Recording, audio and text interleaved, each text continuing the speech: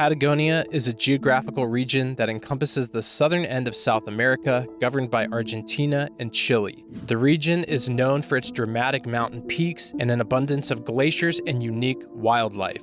But for hundreds of years, Patagonia was a land that was known for being inhabited by giants. This map here from 1562 shows the Patagonian giants holding a bow and arrow larger than the man standing next to it. The name Patagonia comes from the word Patagone, a term used by the explorer Ferdinand Magellan in 1520, with one description of the name Patagonia meaning a large, clumsy foot, referencing the feet of the giants of the region. In Numbers 13:33 of the Old Testament, it says, "We saw the giants, the descendants of Anak, came from the giants, and we were like grasshoppers in our own sight, and so we were in their sight."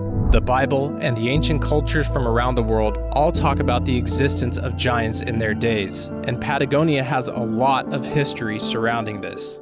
The first mention of the giants of Patagonia, or the Patagones, were by Ferdinand Magellan and his crew, who were exploring the coastline of South America in the 1520s on their journey to circumnavigate the entire world. One of the few survivors of the expedition wrote down his account of an encounter with a giant who was twice the size of a normal person. And that says, quote, "One day we suddenly saw a naked man of giant stature on the shore of the port, dancing and singing and throwing dust on his head.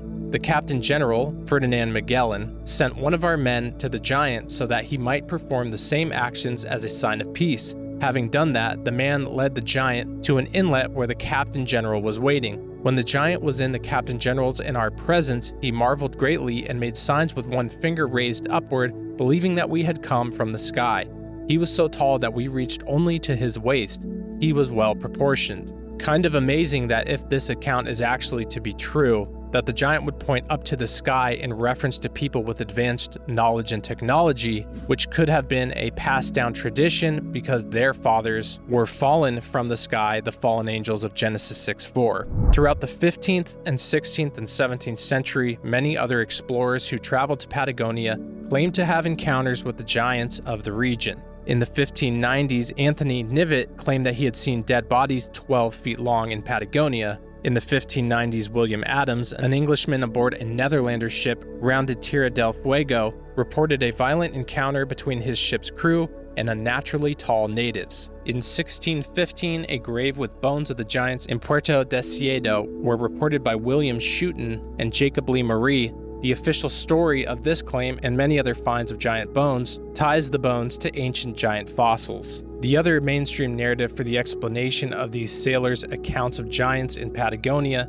is tied to the Tawalchi tribe of natives who lived in the region, who were said to be taller than the average person living in Europe at the time. And while the Tawalchi tribe may have been larger than the average person, this is no explanation that some of the sailors' accounts of the giants they encountered said that the tallest men on their crews' heads only went up to the giant's waist, or the other explorers' accounts of seeing the dead bodies of giants over 12 feet tall. In 2 Samuel 21:20, it says, "Yet again there was war at Gath, where there was a man of great stature who had 6 fingers on each hand and 6 toes on each foot, 24 in number, and he also was born to the giant."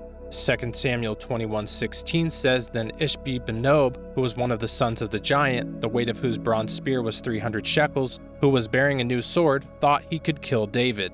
The Bible references giants time and time again. Earth's ancient past showing the impossible megalithic sites that were built, as well as the reference of giants all throughout the Bible and all throughout ancient cultures, proves the narrative of the Bible and the supernatural past of the world to have way more validity than modern-day science would like to give it. The understanding that the giants, the Nephilim offspring in the world, were once a part of Earth's history absolutely proves the Bible to have way more validity.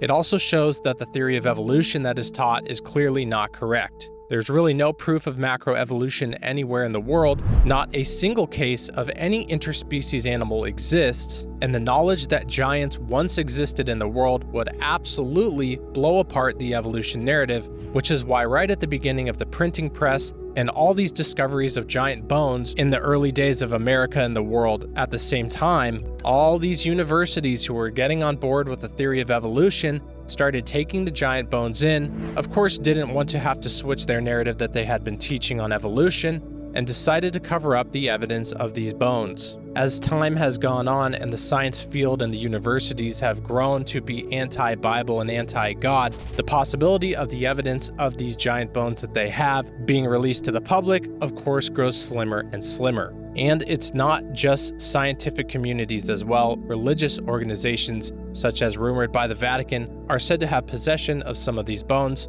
And since the bones of the giants, which are the offspring of the fallen angels, are tied to that fallen angel genetics, you can see how nefarious organizations of people would want to get a hold of these bones and these DNA to maybe even produce the offspring and the entities such as the Antichrist or his army of 2 million soldiers that will come upon the earth in the last days. Many possibilities as to why these bones and the understanding of these giants has been covered up by certain organizations, but if we look back at history, at all the different cultures all across the world, at some point we have to say, maybe all of these guys weren't lying, and there actually were giants in the earth at one point. And of course, as we know, and why this truly matters to me, is because the Bible says that it is true, and that these beings were walking on the earth at one point in history. And the understanding of this truth and the covering up of this truth hopefully would open the eyes of those who are interested to see that there is truth and there is validity within the Bible and the stories within it.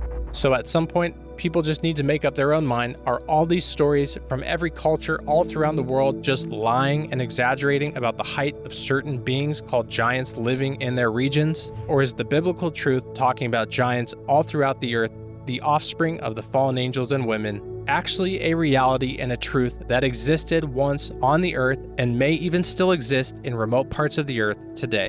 Let me know what you think in the comments below. Fascinating subject. And let me know what other regions of the world have a history of giants that ancient explorers came across, or that some aspects of mainstream history have tried to cover up.